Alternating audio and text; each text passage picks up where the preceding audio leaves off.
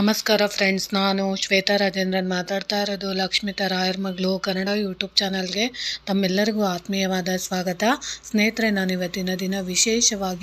ಇವತ್ತಿನ ದಿನ ಬಂದು ರಾಯರ ವರ್ಧಂತಿ ಮಹೋತ್ಸವ ಎಲ್ಲ ಮಠಗಳಲ್ಲೂ ಶುರುವಾಗಿದೆ. ಖಂಡಿತವಾಗ್ಲೂ ಪ್ರತಿಯೊಬ್ಬರೂ ಕೂಡ ರಾಯರ ಮಠಗಳಿಗೆ ಭೇಟಿ ಆಗುವಂಥದ್ದನ್ನು ಮಾಡಿ. ಯಾಕೆ ಹೇಳ್ತಾ ಇದ್ದೀನಿ ಅಂದರೆ, ನಿಮ್ಮ ಮಕ್ಕಳ ಆಯಸ್ಸು ಆರೋಗ್ಯ ವೃದ್ಧಿ ಆಗಬೇಕು ಅಂತ ಬಯಸುವಂಥವ್ರು ಮತ್ತು ತಮಗೂ ಕೂಡ ಎಲ್ಲ ನೀವು ಮಾಡ್ತಿರೋಂಥ ಪ್ರತಿಯೊಂದು ಕೆಲಸದಲ್ಲೂ ನಿಮಗೆ ಯಶಸ್ಸು ಸಿಗಬೇಕು, ಜ್ಞಾನ ಸಿಗಬೇಕು, ಆರೋಗ್ಯ ಸಿಗಬೇಕು, ಆಯಸ್ಸು ಸಿಗಬೇಕು ಅಂದರೆ ನಾವು ವರ್ಧಂತಿ ಮಹೋತ್ಸವ ದಿನಗಳಲ್ಲಿ ನಾವು ಗುರುಗಳನ್ನು ಭೇಟಿ ಮಾಡುವಂಥದ್ದು ಅಥವಾ ಗುರುಗಳ ಸೇವೆಗಳನ್ನು ಮಾಡೋವಂಥದ್ದನ್ನು ನಾವು ಮಾಡಿದಾಗ ನಮ್ಮ ಜಾತಕದಲ್ಲಿ ಏನಾದರೂ ಆಯಸ್ಸು ಕಂಟಕಗಳಿದ್ದರೆ, ಮೃತ್ಯು ಕಂಟಕಗಳಿದ್ದರೆ, ಅಕಸ್ಮಾತ್ ನಮ್ಮಲ್ಲಿ ಜ್ಞಾನ ಅಭಿವೃದ್ಧಿ ಅನ್ನೋದು ನಮಗೆ ಗೊತ್ತಿಲ್ಲದಿದ್ದಂಗೆ ಕ್ಷೀಣಿಸುತ್ತಿದ್ದರೆ, ಅಂತಹ ಜ್ಞಾನ ಅಭಿವೃದ್ಧಿ ಬೇಕು ಅಂತ ಬಯಸುವಂಥವರು ಇವತ್ತಿನ ದಿನ ನೀವು ರಾಯರನ್ನು ವಿಶೇಷವಾಗಿ ವರ್ಧಂತಿ ಮಹೋತ್ಸವ ದಿನಗಳಲ್ಲಿ ನಾವು ರಾಯರನ್ನು ಹೋಗೋವಂಥದ್ದು, ನೋಡೋವಂಥದ್ದು, ಅಲ್ಲಿ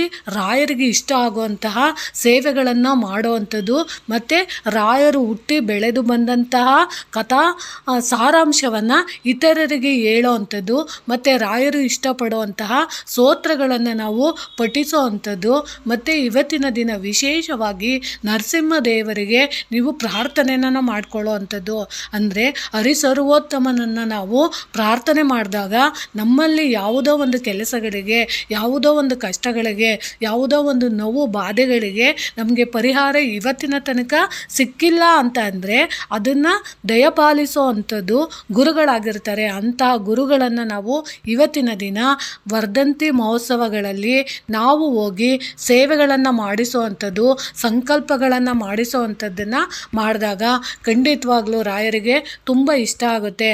ಅದರಲ್ಲೂ ವಿಶೇಷವಾಗಿ ನರಸಿಂಹದೇವರ ಎದುರಿಗೆ ನೀವು ರಾಯರ ಜೊತೆ ಇರುವಂತಹ ರಾಯರಿಗೆ ವಿಶೇಷವಾಗಿ ನೀವು ದೀಪದ ಆರತಿಗಳನ್ನು ಮಾಡುವಂಥದ್ದು, ಅಂದರೆ ಸ್ವಯಂಕೃತವಾಗಿ ನೀವೇ ಮಾಡುವಂಥದ್ದು ದೀಪಗಳನ್ನು ನೀವು ಅಟ್ಲೀಸ್ಟ್ ಏನಿಲ್ಲ ಅಂದ್ರೂ ಒಂದು 5 ಮಣ್ಣಿನ ದೀಪಗಳನ್ನು ನೀವು ರಾಯರ ಮಠಗಳಲ್ಲಿ ಹೋಗಿ ಇವತ್ತಿನ ದಿನ ಹಚ್ಚೋ ಅಂಥದ್ದನ್ನು ಖಂಡಿತವಾಗ್ಲೂ ಮಾಡಿ.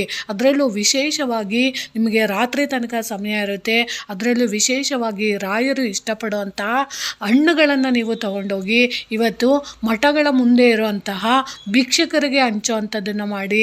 ಅದರಲ್ಲೂ ನೀವು ಬಾಳೆಹಣ್ಣುಗಳನ್ನು ನೀವು ಇವತ್ತಿನ ದಿನ ಹಂಚುವಂಥದ್ದನ್ನು ನೀವು ಮಾಡಿದಾಗ ಖಂಡಿತವಾಗ್ಲೂ ರಾಯರಿಗೆ ತುಂಬ ಖುಷಿಯಾಗುತ್ತೆ. ಅದರಲ್ಲೂ ನೀವು ವಿಶೇಷವಾಗಿ ಅನ್ನದಾನನ ಇವತ್ತಿನ ದಿನ ರಾಯರ ಹೆಸರಲ್ಲಿ ನೀವು ಮಠಗಳ ಮುಂದೆ ಇರುವಂತಹ ಭಿಕ್ಷುಕರಿರ್ಬೋದು, ನಿರ್ಗತಿಕರಿರ್ಬೋದು, ಅಂಥವರಿಗೆ ನೀವು ಊಟದ ವ್ಯವಸ್ಥೆಗಳನ್ನು ಮಾಡಿದಾಗ ಮತ್ತು ಕುಡಿಯೋದಕ್ಕೆ ನೀರನ್ನು ಕೊಡುವಂಥದ್ದು, ಹಸುಗಳಿಗೆ ನೀವು ಇವತ್ತು ಹುಲ್ಲನ್ನು ತಿನ್ನಿಸುವಂಥದ್ದು ಅಥವಾ ನಿಮಗೆ ಯಾವುದು ಹಸುವಿಗೆ ಸಂಬಂಧಪಟ್ಟಂಥದ್ದು ಯಾವ ಸೇವೆನ ಮಾಡೋಕ್ಕಾಗುತ್ತೋ ಇಂಥ ಸೇವೆನ ನಾವು ಮಾಡೋದ್ರಿಂದ ಖಂಡಿತವಾಗ್ಲೂ ರಾಯರಿಗೆ ತುಂಬಾ ಇಷ್ಟ ಆಗುತ್ತೆ. ಅದರಲ್ಲೂ ವಿಶೇಷವಾಗಿ ನಮಗೆ ರಾಯರ ಅನುಗ್ರಹ ವರ್ಧಂತಿ ಮಹೋತ್ಸವದಲ್ಲೇ ಯಾಕೆ ಹೋಗಬೇಕು ಅಂದರೆ ಅಭಿವೃದ್ಧಿ ಆಗೋದಕ್ಕೆ. ಯಾವಾಗಲೂ ನಮ್ಮಲ್ಲಿ ನಮಗೆ ಗೊತ್ತಿದ್ದನ್ನೇ ನಾವು ನಿಂತ ನೀರಿನ ಥರ ಜೀವನನ ಮಾಡ್ತಾ ಇರ್ತೀವಿ.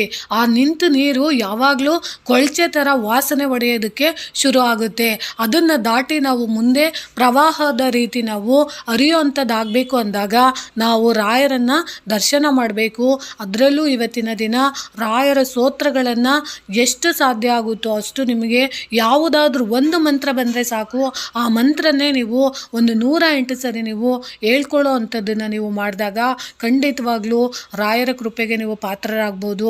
ಯಾಕಂದರೆ ಇವತ್ತಿನ ದಿನ ಶ್ರೇಷ್ಠವಾದ ದಿನಗಳು. ನಿಮ್ಗೆ ಅನಿಸ್ಬೋದು ವರ್ಧಂತಿಲೇ ನಾವು ಯಾಕೆ ದರ್ಶನ ಮಾಡಿದ್ರೆ ಆಯ್ತಲ್ವಾ, ಮಾಡದಿದ್ರು ಏನೋ ಅನಿಸಲ್ಲ ಅಂತ ಅನ್ಬೋದು. ಆದರೆ ನಮ್ಮ ಜೀವನ ಅನ್ನೋದು ಸಾಗಬೇಕು ಅಂತಂದಾಗ ನಮಗೆ ವಿಶೇಷವಾಗಿ ಯಾರ ಬಲ ಇಲ್ಲ ಅಂದ್ರೂ ಗುರುಗಳ ಬಲ ಬೇಕಾಗಿರುತ್ತೆ.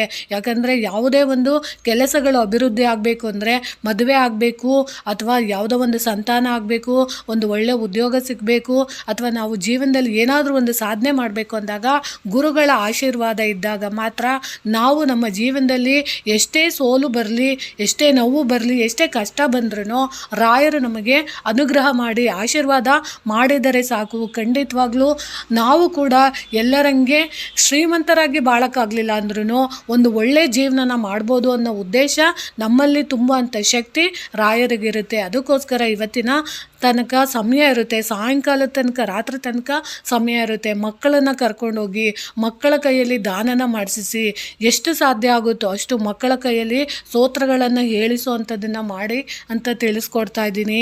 ಈ ಮಾಹಿತಿ ನಿಮಗೆ ಇಷ್ಟ ಆಗಿದೆ ಅನ್ಕೊತೀನಿ. ಸಾಧ್ಯವಾದಷ್ಟು ಹಣ್ಣುಗಳನ್ನು ನೀವು ಬಡಬಗ್ಗರಿಗೆ ಹಂಚುವಂಥದ್ದನ್ನು ಮಾಡಿದಾಗ ರಾಯರು ತುಂಬ ಇಷ್ಟಪಡ್ತಾರೆ. ರಾಯರು ಇಷ್ಟಪಡೋವಂಥ ಒಂದು ಕೆಲಸನ ನಾವು ಒಬ್ಬ ವ್ಯಕ್ತಿಗೆ ಮಾಡಿದ್ರೆ ಸಾಕು, ಖಂಡಿತವಾಗ್ಲೂ ರಾಯರ ಆಶೀರ್ವಾದದಿಂದ ನಮಗೆ ಎಷ್ಟೋ ಪುಣ್ಯ ಅನ್ನೋದು ಲಭಿಸುವಂಥದ್ದಾಗುತ್ತೆ. ಖಂಡಿತವಾಗ್ಲೂ ಈ ಸೇವೆನ ಮಾಡೋ ಅಂಥದ್ರ ಜೊತೆಗೆ ನಾವು ಕೂಡ ಒಂದಷ್ಟು ಪುಣ್ಯನ ಪಡ್ಕೊಳ್ಳೋಣ ಅಂತ ತಿಳಿಸ್ಕೊಡ್ತಿದ್ದೀನಿ. ಈ ಮಾಹಿತಿ ಇಷ್ಟ ಆಗಿದೆ ಅನ್ಕೊತೀನಿ. ಪ್ರೀತಿಯ ಧನ್ಯವಾದಗಳು ಸ್ನೇಹಿತರೆ.